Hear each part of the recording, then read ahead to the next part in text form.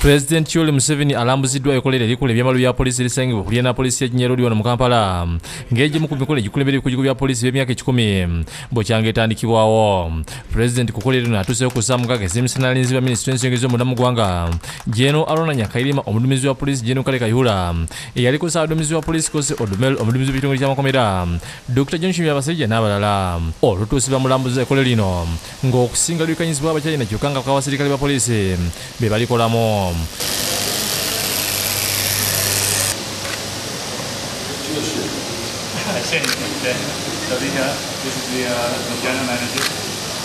Museveni alambuziddwa emitindo gyonna yunifoomu eza poliisi gye zikolewa mu kkolero lino okuli enkofiira, amapeesa, emisipi n'ebyambalo ebirala bingi.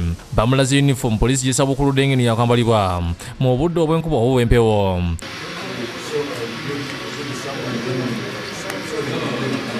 Museveni mu kwogera kwe yasomozezza bakabasirikale okukola n'amaanyi kuba ebiseera ebyayita babimalanga mu kutuula waka olw'okuba tebalinanga byakukola. Hata juhudi za huyu au watoto ambao wanapiga charani hapa itaingia kwenye bei. Ndio mmesikia kale anasema kule nguo hizo zinanunua $27. Abasabye okuuma obulungi ekkolero lino kuba kijja kubaswaza nnyo singa abakyina abalitidde n'okuba ebyuma okubisiŋŋana nga tebikyakola. But the most important thing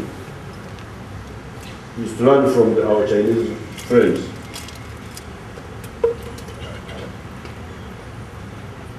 When the communists took over,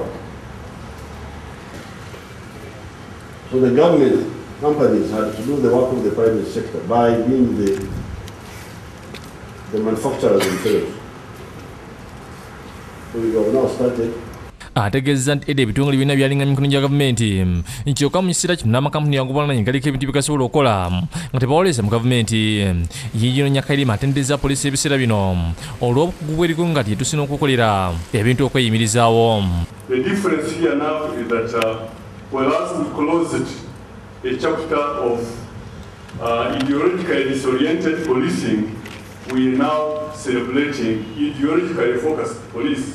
It makes a whole lot of difference between the previous police forces. Ate Jeno Kayihura ategeeza nti ekkolero lino lye lisooka eddala mu buvanjuba bwa Afrika nga lyetaaga okukuumibwa butiribiri. It is historic because it is the first such factory that the Uganda police has had in its 100-year plus history, which this year we are celebrating. Agasseeko nti ekyuma kino kinyisiza ku mutindo gwa yunifoomu za poliisi nga tewakyali kulisibwayo ng'edda.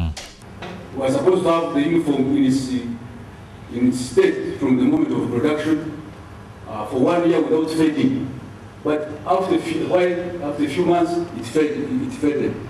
Rebecca Nakame yakusakidde eggulu eno ku lwa Bukedde TV.